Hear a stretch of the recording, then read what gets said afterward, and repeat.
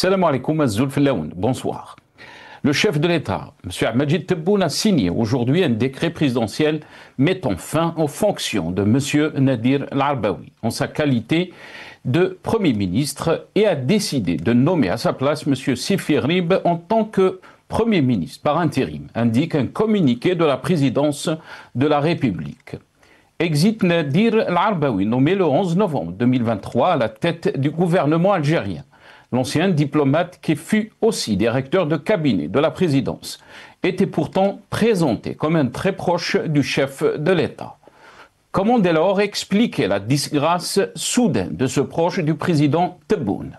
À Alger, certains suggèrent qu'il ferait les frais des ratés enregistrés suite au drame survenu à Oued el-Harrach, ayant fait 18 morts. Un décret qui ne comporte aucune indication sur les raisons de la décision du chef de l'État. Mais sur les réseaux sociaux, l'absence du Premier ministre à la réunion extraordinaire sur les transports en commun avait suscité des interrogations. Rappelons que M. Sifi Rib, Premier ministre par intérim, garde ses fonctions au ministère de l'Industrie et de la Production pharmaceutique, poste qu'il a obtenu après sa fonction de président du conseil d'administration de la société qataro-algérienne, Qatari Steel. Ce limogeage et l'inexplicable nomination de Rib ne sont ni un coup de théâtre, ni une réforme, juste un nouvel épisode dans la longue série d'un continuum des mêmes politiques qui se manifeste par un manque de transparence, une opacité des règles où la représentation n'émane pas librement de la société. Comme à chaque changement ou limogeage de ministre, le peuple découvre que tout ce qui compte est de préserver le système et sa continuité. On assiste alors aux mêmes scènes, aux mêmes discours déjà vus et entendus dans l'ancienne Algérie. L'Algérie nouvelle est à chaque occasion rattrapée par l'Algérie ancienne. Sur ce plan, rien n'a changé et rien ne changera.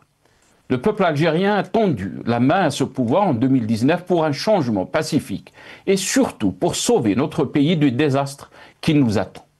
Malheureusement, le régime lui a tourné le dos, il l'a réprimé avec un arsenal juridique dont le fameux article 87 bis, avec la prétendue Algérie nouvelle, plutôt qu'à une recomposition, nous assistons à une décomposition d'un système politique archaïque et désuet. La clochardisation de la société, la déliquescence de l'État est au cœur de cette Algérie nouvelle. Le statu quo politique qui perdure et la volonté du pouvoir actuel de se pérenniser. L'évolution dangereuse de la situation sociale inquiète les Algériens. Partout, il faut avoir le courage et le sens des responsabilités. Ce fut des échecs, des rejets de notre pays qu'on ne cesse d'humilier. Avons-nous atteint le fond ou sommes-nous en train de le creuser pour aller encore plus bas que ça? Nous débattrons avec nos invités juste après cette petite intro.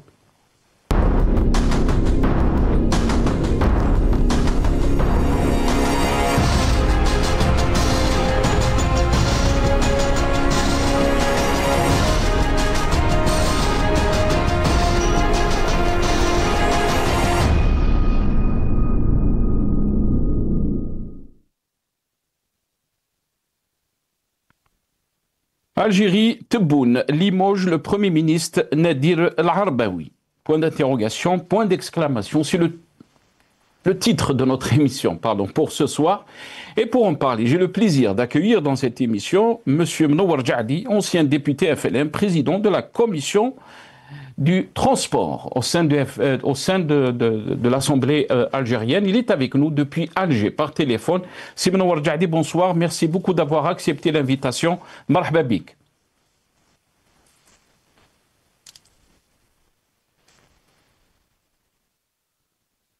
C'est Mnower Djadi. Les spectateurs qui nous suivront. Ah. Oui. Ah, très bien. Très bien. Bonsoir, c'est Nasser. Merci pour l'invitation. Merci aussi à vos invités et aux téléspectateurs qui vont nous suivre, surtout le long de cette émission. Merci beaucoup d'avoir accepté l'invitation. On aura aussi le plaisir, d'accueillir M. Nazim Taleb, membre du secrétariat de Rachel. Il est avec nous depuis Paris via Skype. Nazim Taleb, bonsoir. Merci beaucoup d'avoir accepté l'invitation. Bonsoir, c'est Nasser. Bonsoir à votre invité, M. Nawadjadi, et à tous les téléspectateurs de Magharibia, et surtout à votre équipe technique qui est là depuis. Merci beaucoup, Nazim Taleb. Grand bonjour aussi, bien sûr, à nos amis de la régie. Avant d'entamer donc notre thème pour ce soir, et avant de donner la parole à nos invités, on va essayer de faire passer quelques titres des journaux algériens, mais aussi il y a eu des réactions de la presse internationale. On va commencer d'abord avec la presse nationale, avec le journal Al-Watan, qui a titré donc le président Tebboune nomme Sifi Rib Premier ministre par intérim. Donc a titré donc le journal Al-Watan. Le soir d'Algérie, donc on peut lire fin Tebboune met fin aux fonctions. Pardon, ça c'était ça. Le soir d'Algérie, fin de mission pour l'Arbaoui. Donc pour le soir d'Algérie, donc fin de mission pour l'Arbaoui, a titré donc le journal Le Soir d'Algérie.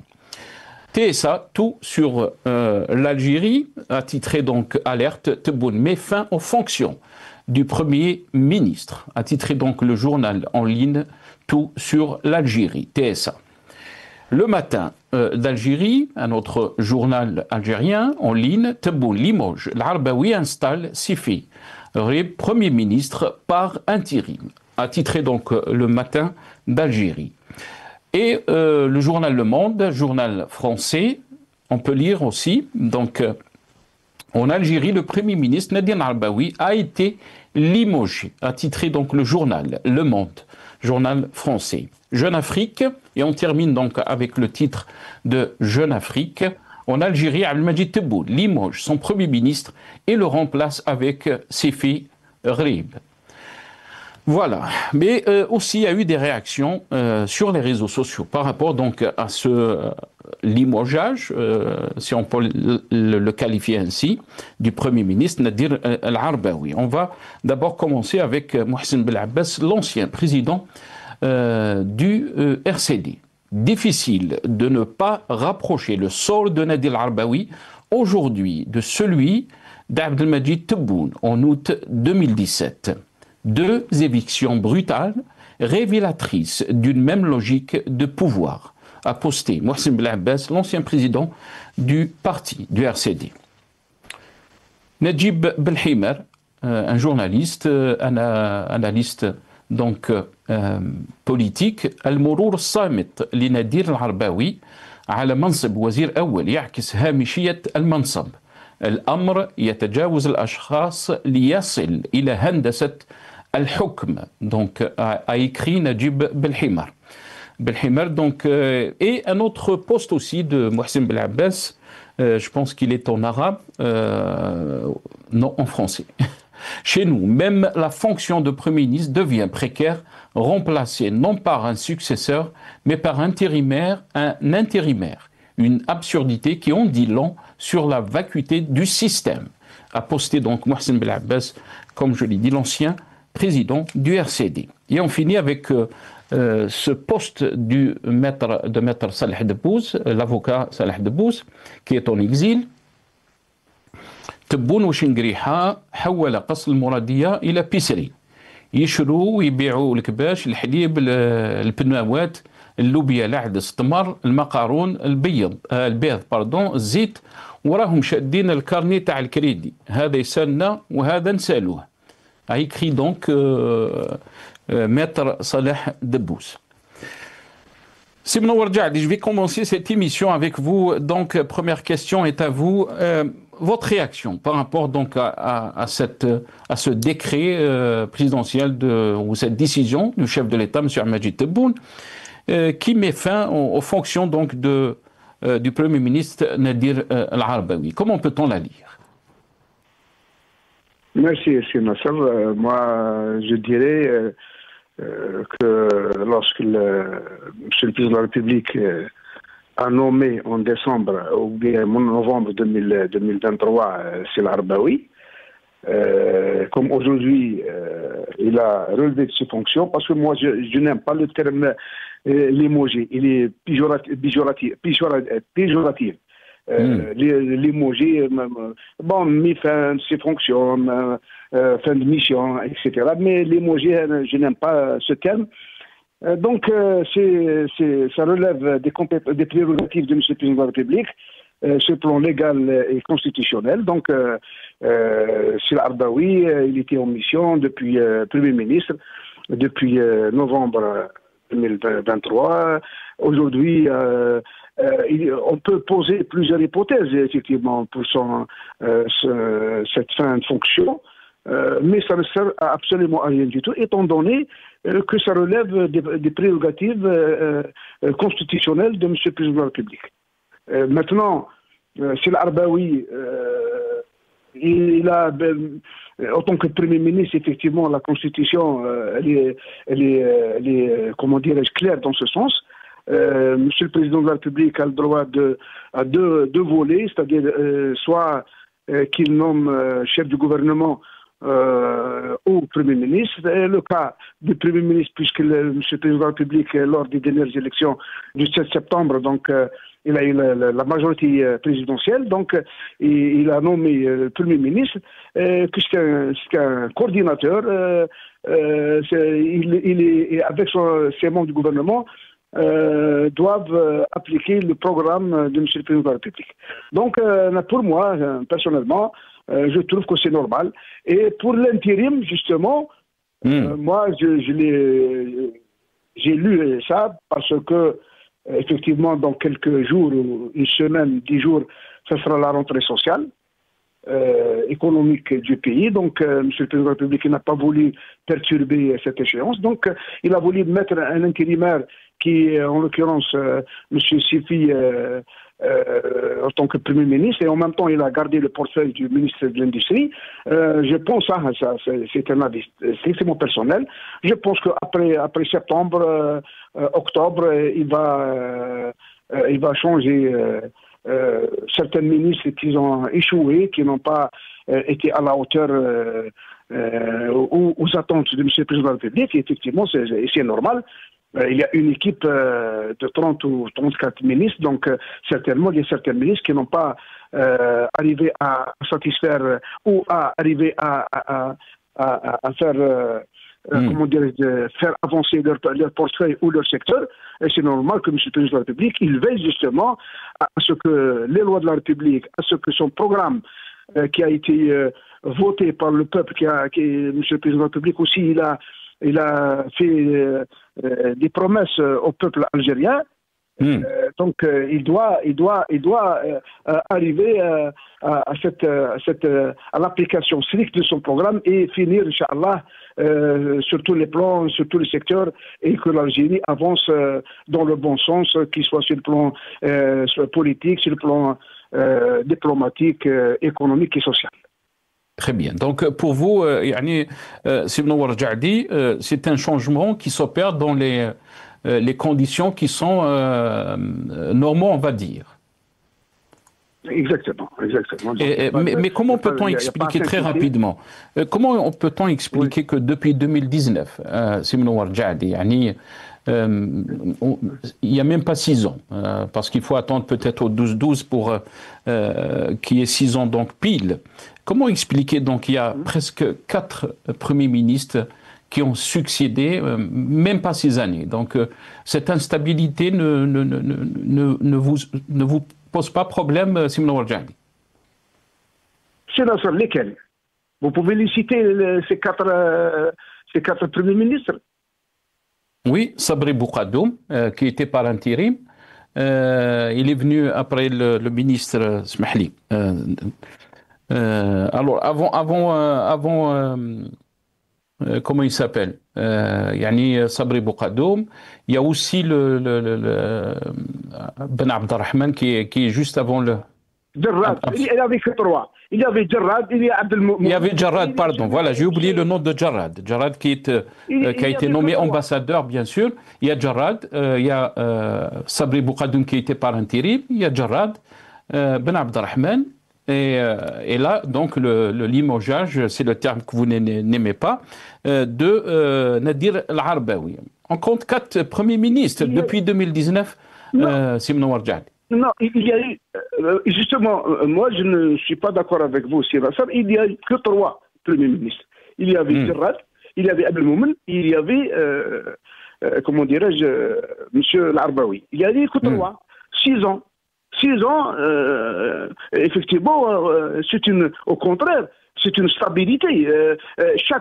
Monsieur le Président de la République, il a toutes les données, il a une vision globale de la gestion interne et externe du pays. Effectivement, il a toutes les données pour, comment dirais-je, orienter ou réorienter la politique interne et externe du pays. Il nomme des premiers ministres ou des membres du gouvernement fonction des priorités et en fonction des besoins immédiats du moment. Étant donné que si nous suivons justement les trois ministres, puisque d'ailleurs le premier ministre Jarrad, il est resté une année ou 2 ans à peu près. C'est la même chose pour Abdelmoumene et troisièmement depuis novembre 2023. D'ailleurs, à peine 18 mois.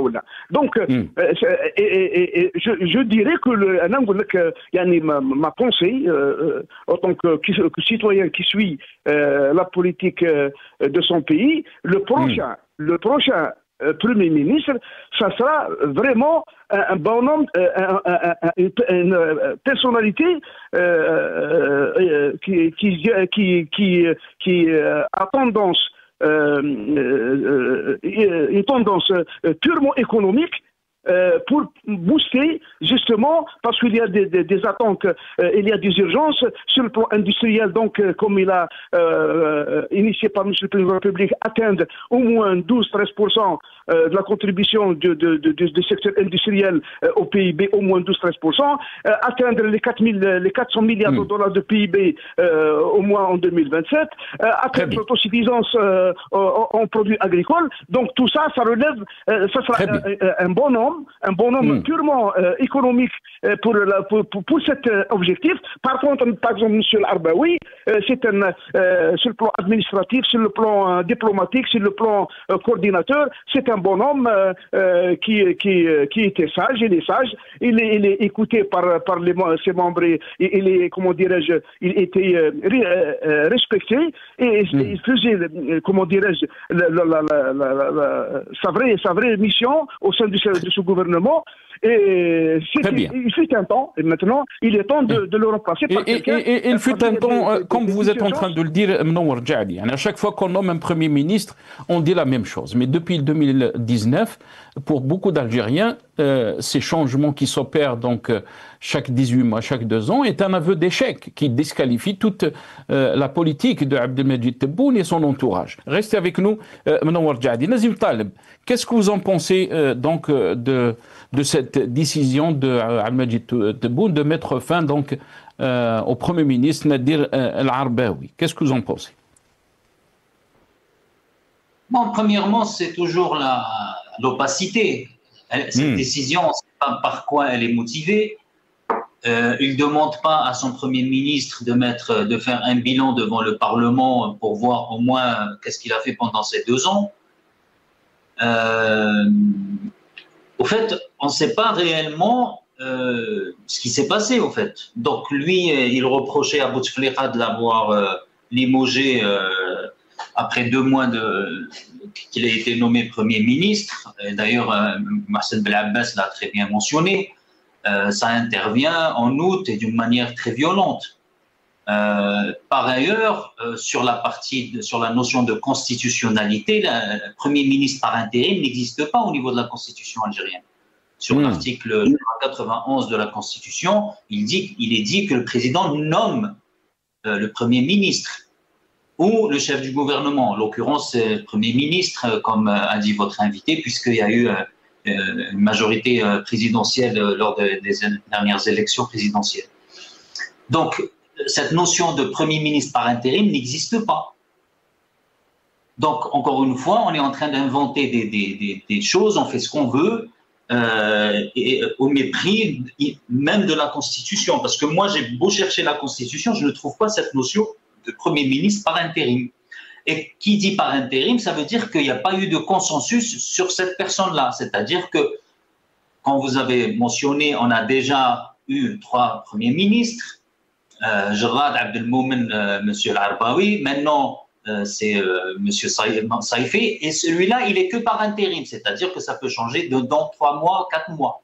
Ça veut dire que le président, en fait, émet un signal comme quoi il n'y a pas un consensus au niveau notamment de l'état-major, puisque on sait très bien c'est qui dirige en Algérie, c'est bien l'armée, sur cette personne-là. Donc on va le limoger juste pour trouver une autre personne. Et contrairement à ce que votre invité dit, c'est bien sûr que c'est un signe d'instabilité. Comme d'ailleurs c'est un signe d'instabilité quand Monsieur le Président Tebboune dit on arrête les importations pour après faire une réunion sans son Premier ministre, d'ailleurs au passage, pour décider d'importer à tout va les pneus, d'importer 10 000 bus, mettre toute la responsabilité sur tout le monde, mais y compris les écoles, les assureurs, etc. Et par contre, personne ne met en cause l'État dans la gestion de l'état catastrophique des routes algériennes. Donc tout le monde est fautif, sauf ces personnes-là qui nous ont gouvernés, y compris Tebboune. Tebboune, encore une fois, il est directement ou indirectement dans les commandes du pays depuis 68. Donc il a quand même une responsabilité sur l'état des routes. Donc dire que Tebboune, le président Tebboune, il est en train de suivre son programme politique, rappelez-vous les promesses qu'il a fait. Il y a peu de promesses qui ont été tenues. Certes, il y a eu des points positifs, notamment l'augmentation de l'indice de l'industrialisation de l'Algérie, suite notamment au Covid et l'incapacité de l'Algérie d'importer dans les mêmes quantités qu'elle avait importé à l'époque de Bouteflika, ce qui est quand même positif puisqu'on fabrique plus et même au niveau agricole, on produit plus. Mais ça reste très, très marginal et ce n'est pas ça qui va faire tourner la machine et qui va nous faire arriver à 400 milliards de PIB, encore moins 700 milliards qui ont été annoncés par Rezig pour 2029. On est complètement dans le délire le plus total. Il faut quand même relativiser, je dirais, l'augmentation de certains produits qui sont fabriqués en Algérie. D'ailleurs, les pneus, il est tout à fait anormal depuis 4-5 ans avec l'arrêt de l'importation de la pièce que le gouvernement à ce moment-là n'ait pas eu une solution de substitution dans le même temps. On ne peut pas arrêter les importations du jour au lendemain sans avoir une mesure de substitution pour pallier justement au manque de pièces et de pneus. Parce que quand même l'Algérie, il y a 7 millions de véhicules. Vous imaginez quand même que les gens galèrent pour acheter des pneus, pour acheter une culasse, pour acheter un turbo, pour n'importe quelle pièce. C'est la galère, c'est le marché noir, c'est les fausses pièces. Comme on disait à l'époque, c'est la pièce Taïwan, sans bien sûr être déshonorant ou bien sûr insultant pour le Vietnam, mais c'était à l'époque pour dire que la pièce n'était pas une pièce d'origine, c'était une pièce qui était fabriquée je ne sais où. Donc, encore une fois, c'est une gestion au jour le jour de l'État algérien. Il n'y a pas de vision, même quand on nomme un Premier ministre, on ne sait pas, ce Premier ministre, est-ce qu'il a des objectifs? Ces objectifs doivent être, ils doivent faire l'objet d'un discours devant soi-disant les représentants du peuple pour voir le bilan de l'Arbaoui. On n'a pas eu le bilan de Abdelmoumen, on n'a pas eu le bilan de Jarrad, et c'est sûr qu'on n'aura pas le bilan de Saifi. Donc, encore une fois, on gère l'Algérie comme on en gère, même pas on gère une épicerie, c'est catastrophique. C'est catastrophique comment les décisions sont prises d'une manière très opaque. Très bien, restez avec nous, Nazim Taleb. On va écouter dans cette petite vidéo les déclarations du chef de l'État Majid Tebboune qui avait déclaré auparavant donc qu'il cherchait les meilleurs, donc des cadres pour les postes de responsabilité. On l'écoute. الصفة يسمى حتى صلة بين مشاركة الأحزاب في الحملة الانتخابية وتكوين الحكومة. أنا الحكومة إن شاء الله إذا وفقنا الله عز وجل أنني نبحث على أكبر كفاءات وأحسن كفاءات في هذه البلاد هذه. تكنوقراطية يعني؟ ماشي بالضبط، يعني عندهم تجربة وقادرين يفيدوا بناء هذا التعرف. Voilà, donc ces déclarations de Majid Tebboune. Simon Warjadi, l'opacité qui a été citée par Nazim Taleb est citée aussi par plusieurs observateurs de la scène politique en Algérie. Il y a une opacité qui inquiète au plus haut niveau. On ne sait pas pourquoi l'Arbaoui donc a été limogé, c'est quoi son bilan. Mais aussi quand Majid Tebboune parle des cadres qui ont donc le niveau, des cadres, les meilleurs cadres pour les postes de responsabilité, on se pose vraiment la question parce que ce qu'on est en train de voir, les Algériens, le peuple, bien sûr, que l'Algérie est gérée au jour. On décide comme ça, dans une réunion extraordinaire, d'importer 10 000 bus parce qu'il y a eu le drame de Wad el-Harrach, Rabbi yarhamhum, et ça pose beaucoup d'interrogations sur la gestion de notre pays. Simon Warjadi. Bon, vous parlez, c'est Nasser, de la gestion du pays, comparons l'Algérie par rapport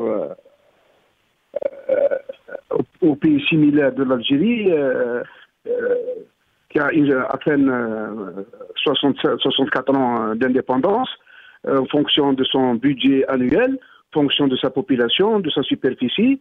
L'Algérie, elle est la meilleure, pour moi, c'est le meilleur pays, qu'il soit africain ou certains pays arabes en dehors. Bien sûr, je ne peux pas comparer le budget de l'Algérie par rapport à l'Arabie Saoudite ou le Qatar.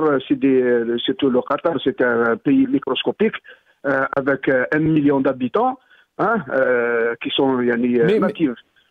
Simon Warjadi, معليش خلينا برك on respecte votre vision des choses, mais nous sommes tous Algériens. Vous êtes en Algérie, nous sommes aussi Algériens à l'étranger.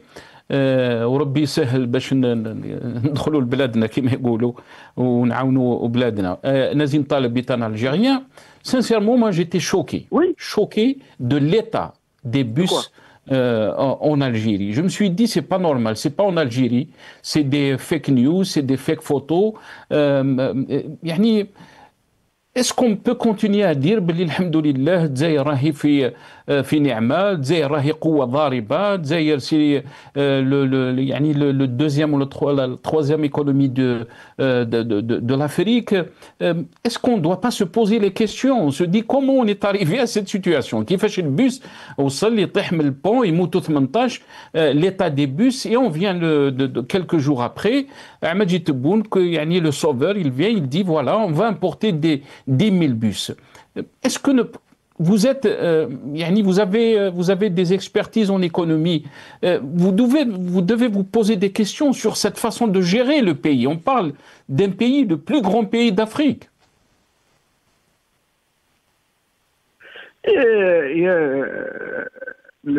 L'exception ne fait pas la règle. Effectivement, moi j'ai vu cette vidéo de New York, de la ville de New York. C'est pas n'importe quelle ville. Qui est des grandes rues aux États-Unis, qui ont plein de nids de poules, des routes catastrophiques. Il y a des bus en Angleterre, en France, qui sont anciens. Effectivement, il y a des bus anciens qui datent de 30 ans et plus. Ça, je ne disconviens pas. C'est une réalité. Mais ce n'est pas un indice où vous qualifiez aujourd'hui l'Algérie. L'Algérie, son PIB il est de 267 milliards de dollars, le budget de l'État il est de 126 milliards de dollars. Sur le plan agricole, l'Algérie a doublé durant les 5 dernières années, a doublé sa production agricole. Nous sommes arrivés à l'autosuffisance du blé dur. L'Algérie, la distribution de l'eau potable, soit sur l'énergie renouvelable ou sur la distribution de l'eau potable ou la production de l'eau potable, surtout dessalée, d'eau de mer, elle est la troisième pays au niveau africain et arabe. Il ne faut pas oublier la production d'électricité. L'Algérie, elle est parmi les troisième pays arabes en dehors de l'Arabie Saoudite et comment dirais-je, les Émirats Arabes Unis avec 28 000 mégawatts. mais هذا الشيء ما راهوش يشوفوا المواطن سي منور جعدي يعني l'Algérien il y a mal de vie en Algérie. Les gens ils prennent des risques par rapport à leur vie. Ils prennent des embarcations, c'est des centaines, chaque semaine des centaines de harraga. Qu'est-ce qui pousse ces Algériens à prendre le risque de perdre leur vie dans la Méditerranée? Qu'est-ce qui pousse nos docteurs, nos médecins à partir? Qu'est-ce qui pousse nos ingénieurs à partir? Comme vous le dites, l'Algérie est classée deuxième, l'Algérie est classée troisième. وعلاش الجزائريين يهربوا من بلادهم dans ce cas-là? Vous pouvez me laisser terminer, c'est Nazal. C'est juste pour باش تكون une certaine cohérence par rapport au débat qu'on est en train de mener. Il y a une progression cohérente sur le plan économique et social de l'Algérie. Lorsque je vois l'Algérie avec 17 000 dollars par tête de pipe, avec 17 000 dollars qui le prix en PPA, en parité du pouvoir public, c'est le meilleur en Afrique, c'est le premier. Si on voit l'IDH, l'indice de développement humain, qui avec 0,766, il est le premier en Afrique. Et je pense que ceux qui nous écoutent actuellement, ils savent de quoi je parle. C'est l'IDH, c'est l'indice de développement humain qui englobe la bonne santé du citoyen, avec un pouvoir d'achat très important et surtout avec l'espérance de vie qui atteint 79 ans. Ça, c'est très important pour nous. C'est ça les indices qui prouvent que l'Algérie avance bien. L'Algérien, je dis que le pouvoir d'achat en Algérie, le harraga. On a tout le temps, j'ai toujours avancé la thèse suivante. Vous ne pouvez, un harrag qui débouche 1 500 000 de dinars, 1 million de dinars, pour qu'il passe outre-mer, ce n'est pas un harrag. Ça veut dire quoi? Ça veut dire qu'il y a une mafia. Je dis l'Europe a vieilli. Je commence par l'Espagne, par le Portugal, il y a l'Allemagne, il y a la Suisse, il y a l'Allemagne, il y a la Suisse, qui ont besoin de main-d'œuvre, surtout les métiers non considérés parce qu'ils ont atteint un niveau très élevé, donc ils ne trouvent pas tout d'abord le vieillissement de leur population, deuxièmement, ils ne trouvent pas les gens qui, par exemple, qui travaillent plombiers, maçons, chauffeurs, livreurs, etc. Donc ils ont besoin de cette main-d'œuvre et sans passer par des contrats intergouvernementaux, ils passent par il y a une mafia au niveau des frontières outre-mer qui motive les jeunes avec de l'argent et leur garantit ces métiers-là au niveau de l'Espagne ou au niveau de l'Italie ou au niveau du Portugal. Ça ne veut pas dire que le citoyen, le jeune, le shabab, parce que non, je regrette infiniment. C'est ça la thèse. Moi, c'est votre analyse, Ibn Omar Jahdi. Mais pour beaucoup d'experts et de spécialistes, la question est ailleurs, bien sûr. Restez avec nous, on va donner la parole à Nazim Taleb. Avant de vous donner la parole à Nazim Taleb, on va écouter dans ce passage Ahmedjid Tebboune déclarer que l'Algérie est à la porte des pays développés. وكل إنجازاتنا نقوم بها من الناحية الاقتصادية إن شاء الله ستسمح للجزائر لدخول في منطقة لا رجوع منها. نتصبحوا مع الدول متوسطة، ماناش في الدول نامية ولا أنا على أبواب دول متقدمة إن شاء الله. Voilà, دول متقدمة إن شاء الله. Nazim Taleb, يعني, quand on voit, vous avez parlé de l'opacité concernant donc le système politique, mais aussi la gestion du pays. La question qui se pose, pour Mnowar Jahdi, l'Algérie est en train d'avancer. Lui, il vit en Algérie, il est en train de voir des signes positifs par rapport donc à la situation de notre pays, et je pense que Mnowar Jahdi, il voit ces signes positifs par rapport à tous les secteurs, d'après lui. Nazim Taleb, ce discours d'une certaine élite algérienne, mais aussi du pouvoir algérien, est-ce que pour vous, il est inquiétant? Il est inquiétant parce que, pour beaucoup d'observateurs aussi, il y a une situation qui contredit ce discours. Si Nazim Taleb. Non, encore une fois, il y a eu des avancées, même à l'époque de Bouteflika sur la partie agricole. Depuis le Covid et la chute des ressources algériennes, et donc on a été obligé de produire à l'intérieur, mais encore une fois, ça reste très marginal. Vous savez, pendant que vous parliez, j'étais en train de voir un article. Vous savez, la 50e plus grosse société au monde, elle s'appelle Enel, c'est italien, elle fait 147 milliards de dollars de chiffre d'affaires. Ça, c'est une société. L'Algérie, elle fait à peu près, 60 ou 70 milliards. Donc, quand Tebboune nous dit on va dans les pays moyens, mais de quel pays il parle? Je veux dire, quand vous parlez un pays comme la Hollande qui fait 647 milliards d'exportation, vous avez vu la Hollande? La Hollande, c'est même pas la plus petite wilaya en Algérie, c'est plus grand que la Hollande de 3 fois ou 4 fois. La Hollande fait à peu près 647 milliards d'exportation. Donc, M. Jahdi, il ne vit pas dans la réalité. Il y a eu, encore une fois, il y a eu des avancées sur certains points, mais ils sont très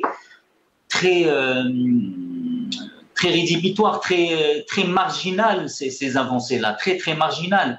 Quand Jahdi, il dit New York, les routes de New York, moi j'ai fait les routes de à peu près toute l'Europe, que ce soit l'Espagne, le Portugal, j'ai fait quelques autoroutes, même au Maroc, en Tunisie. Jamais, par exemple, en Tunisie, j'ai fait ça, je suis allé en 2011, j'ai pris l'autoroute.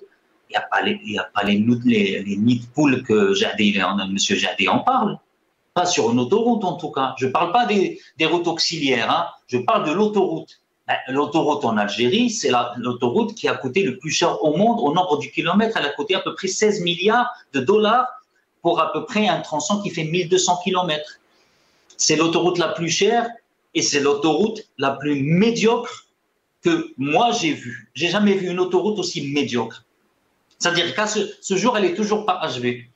Moi, je me rappelle, la dernière fois que je suis allé, c'était en avril 2019, il y avait toujours vous savez, les câbles de télécommunication parce qu'ils voulaient faire des bornes téléphoniques comme ils ont fait en France. Mais c'est toujours à cette époque-là, ça sortait toujours. Ils n'ont toujours pas fait de borne téléphonique. C'est-à-dire que quelqu'un qui n'a pas de téléphone, il ne peut pas passer un coup de fil. Sans parler des plaques, des limitations de vitesse. Une autoroute, vous avez des plaques à 40, 60, après 80, après ça descend à 40. Après, l'état des routes, il est catastrophique. Alors, le tronçon entre Tlemcen et Oran, on va dire, ça tient. Mais quand vous commencez à partir d'Oran, Alger et encore vers l'Est, c'est une catastrophe.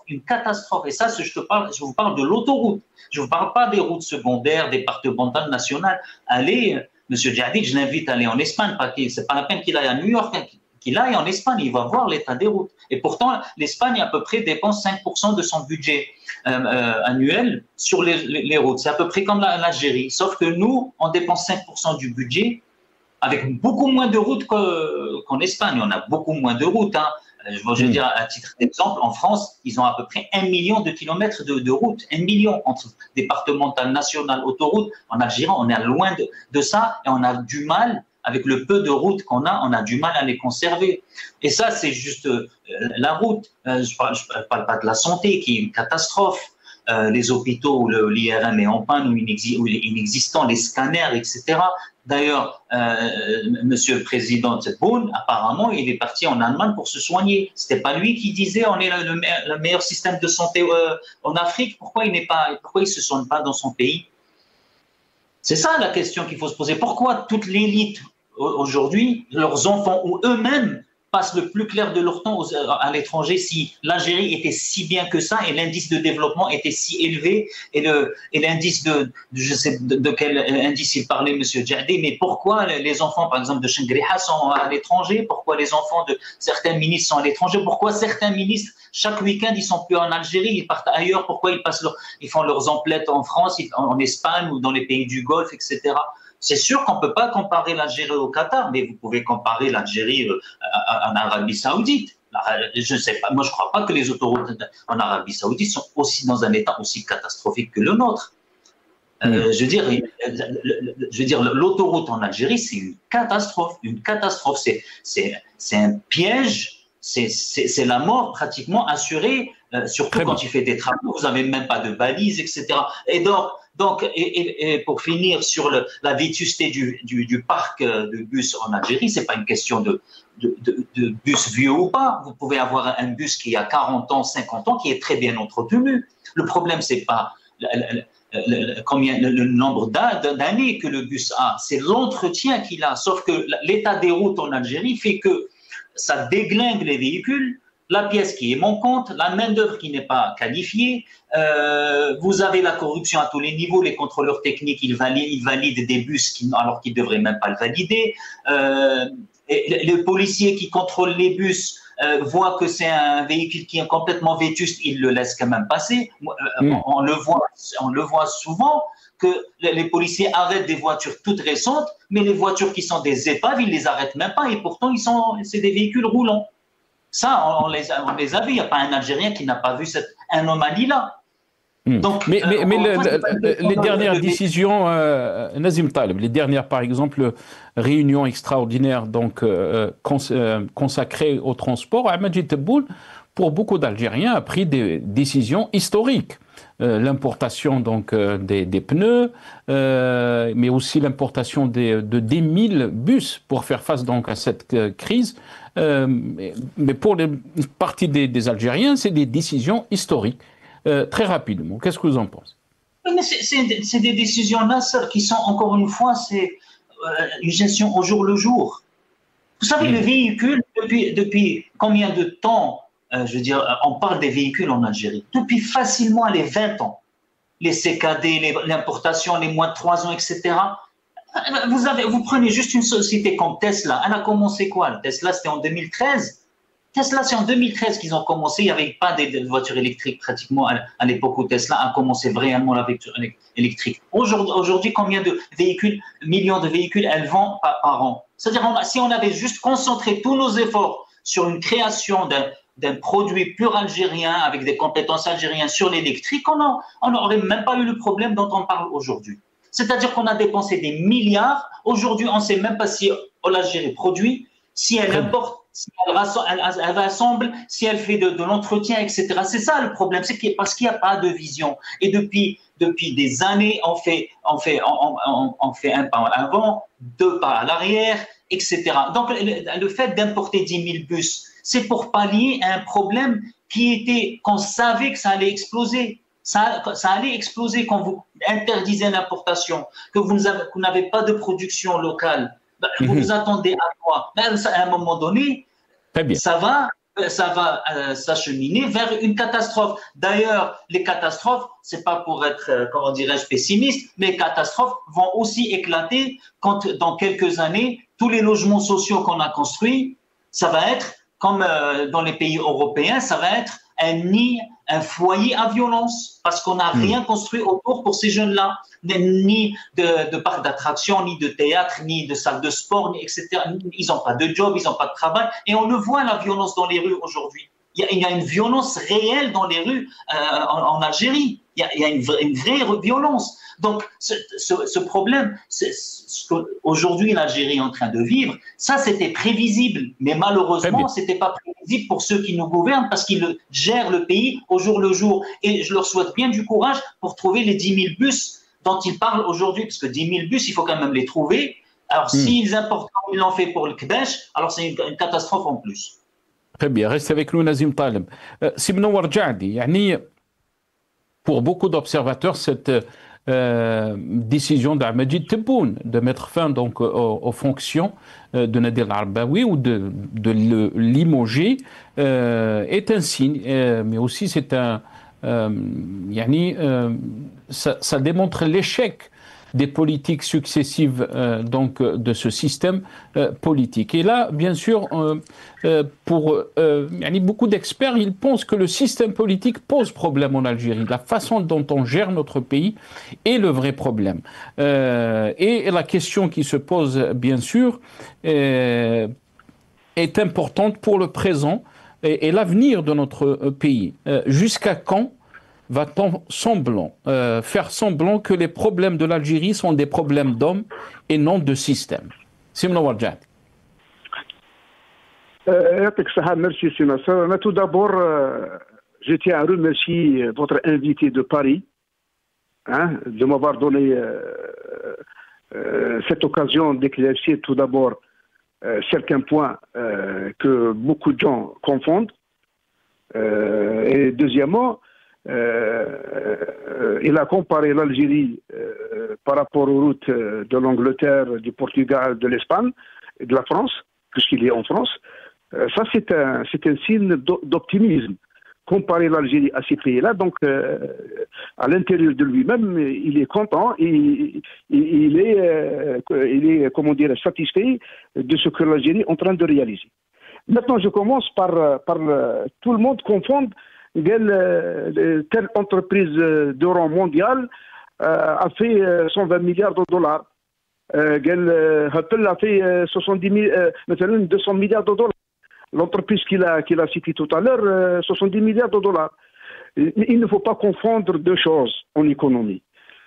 Les exportations d'un pays, par exemple, on prend l'Algérie, elle exporte les exportations, mettons, hors hydrocarbures ou les hydrocarbures eux-mêmes, c'est-à-dire ou dérivés. À peu près, l'Algérie exporte pour maintenant 50 milliards de dollars. 50 milliards de dollars, 60 milliards de dollars. 60 milliards de dollars, c'est des redevances, c'est de la recette pure.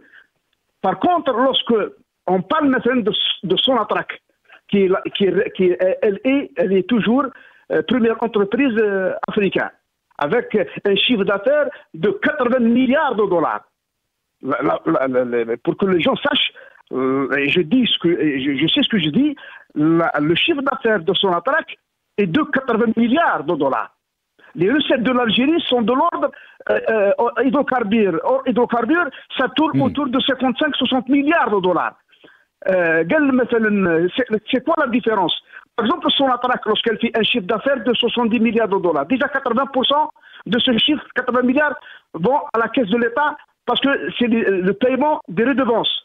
Et ce que doit à l'État algérien, au trésor public. Elle a une main-d'œuvre qu'elle doit payer, propre à Sonatrach, le personnel de Sonatrach. Il y a la pièce de rechange pour les différentes bases de gaz, de traitement de gaz, de raffinerie, etc. Donc, tout ça, il y a une différence. Maintenant, en ce qui concerne les routes, moi, si je vois que l'Algérie, je vous donne un chiffre officiel et je laisse le soin à votre invité et tous ceux qui nous écoutent. L'Algérie et l'Afrique du Sud, les deux pays, sur les 54 pays africains, le réseau routier revêtu représente 40% de tous les pays d'Afrique.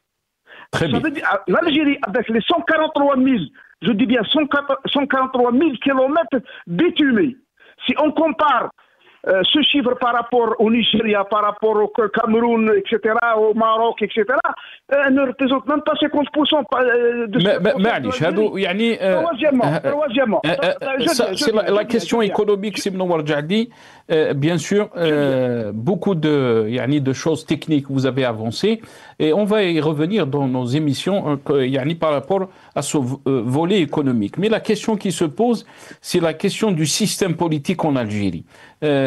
Très rapidement, Sibno Warjadi, parce que on est en train de me dire qu'on a dépassé le temps de l'émission et je dois laisser le mot de la fin très rapidement à Nazim Taleb. Est-ce qu'il y a un problème par rapport à ce système politique qui bride notre pays, qui ne laisse pas la chance à l'opposition de s'exprimer, où les médias sont verrouillés?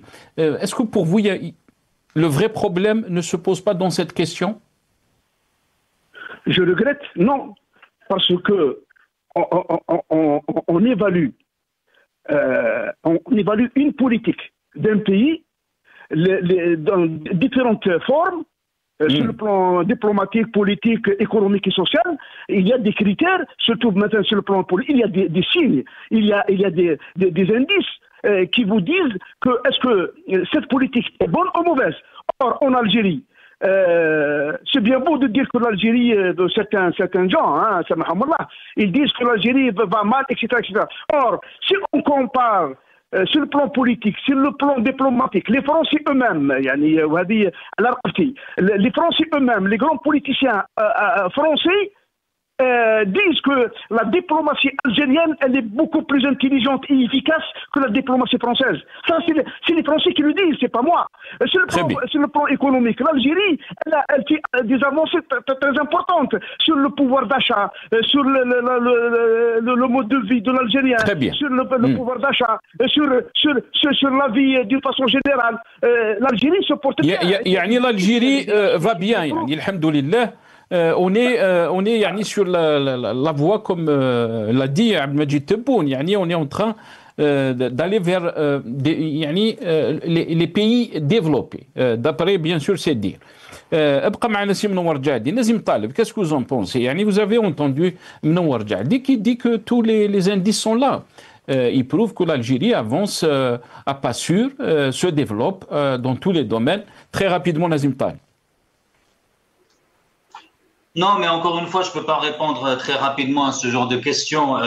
Mais rapidement, le discours de Jaddi, c'est le discours qu'on avait à l'époque de Bouteflika, c'est ce qu'on a eu à l'époque de Tebboune. Tout va bien, tout va magnifiquement bien. Et ça, c'est un discours qui n'est pas nouveau, que ce soit chez Jaddi, quand il y avait Bouteflika ou là actuellement Tebboune. On va dire c'est un discours al-Waqf. Quoi qu'il en coûte, moi je vive le président, quand le président est mort, vive le président quand même. Donc non, en Algérie, il y a eu encore une fois des améliorations sur certains aspects, ça c'est vrai, mais par contre, est-ce qu'il y a eu une amélioration du pouvoir d'achat? Non, puisque les salaires ont largement moins augmenté que l'inflation ces 30 dernières années. Est-ce qu'il y a eu une amélioration de la qualité de vie en Algérie? Ça dépend sur quels critères vous le prenez, mais globalement, pas du tout, puisque les villes algériennes arrivent largement dans même pas dans le peloton, pardon, dans ou même, c'est-à-dire les villes où il fait bon vivre, même sur les indices de développement. Alors peut-être qu'effectivement, comparativement à certains pays africains, peut-être qu'on est mieux, mais sur d'autres pays, on est quand même loin du compte. Encore une fois, vous l'avez très bien dit, si l'Algérie est allée si bien que ça, pourquoi on n'a pas une immigration inversée? C'est-à-dire que c'est les gens qui viennent en Algérie travailler. Vous vous rappelez de ce fameux commentateur télé qui est devenu directeur de l'aéroport, que vous allez, c'est Charles Sfarli, Monsieur Jaddi, vous connaissez Charles Sfarli qui est en train de remplir vos centres de demande d'emploi. Vous les voyez souvent, vous, à Oran, Alger, à Naba, des immigrés venant d'Europe, d'Amérique qui veulent postuler en Algérie, qui veulent travailler en Algérie, parce que c'est à M. Jaddi, puisqu'il habite là-bas, à nous dire ça. Donc il faut être sérieux. En Algérie, c'est un pays qui est dirigé de main de fer par l'armée. Que ce soit Tebboune, que ce soit les premiers ministres, c'est des figurants. Malheureusement, les décisions se font au coup par coup, que ce soit au niveau du transport, que ce soit limoger un premier ministre, que ce soit des lois sur les mines, que ce soit sur les hydrocarbures, sur le gaz de schiste. Regardez le gaz de schiste, on est en train de faire des partenariats avec des sociétés, alors que les Algériens, en 2015, ils ont manifesté massivement contre le gaz de schiste, mais encore une fois, il n'y a pas de débat, on ne fait pas de débat. Sur le Premier ministre, le bilan, on n'a pas de débat, on n'a pas de bilan. Sur les routes, on n'a pas de bilan. Vous avez un procureur de la République qui met en prison le chauffeur et le receveur. Mais par contre,